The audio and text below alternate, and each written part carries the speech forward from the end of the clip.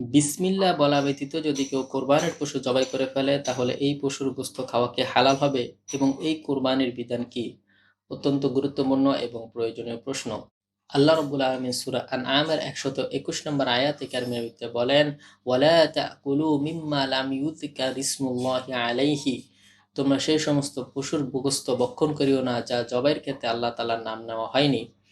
এছাড়া আল্লাহ রাব্বুল আলামিন সূরা বাকারার ১৭৩ নম্বর আয়াতে কারিমার ভিতরে বলেন, ইন্নামা হাররামা আলাইকুমুল মাইতাতা ওয়াদ দামা ওয়া লাহমাল খিনজির ওয়া মা উহিল্লা বিহি লিগাইরিল্লাহ, তোমাদের উপর হারাম করা হয়েছে মৃত প্রাণী, রক্ত এবং শূকরের গোশত, ওয়া মা উহিল্লা বিহি লিগাইরিল্লাহ, এবং ওই সমস্ত পশু যা জবাইয়ের ক্ষেত্রে আল্লাহ তাআলার নাম নেওয়া হয়নি।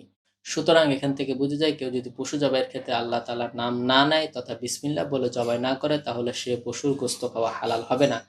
আর কোরবানির ক্ষেত্রে কেউ যদি ইচ্ছাকৃতভাবে পশু জবাইয়ের ক্ষেত্রে বিসমিল্লাহ না বলে তাহলে তার কোরবানিও হবে না এবং এই পশুর গোশত খাওয়া কারো জন্য হালাল হবে না। তবে যদি ভুলবশত কেউ বিসমিল্লাহ বলা ছাড়া পশু জবাই করে ফেলে তাহলে এই পশুর গোশত খাওয়া হালাল হবে এবং কোরবানিও সই হবে।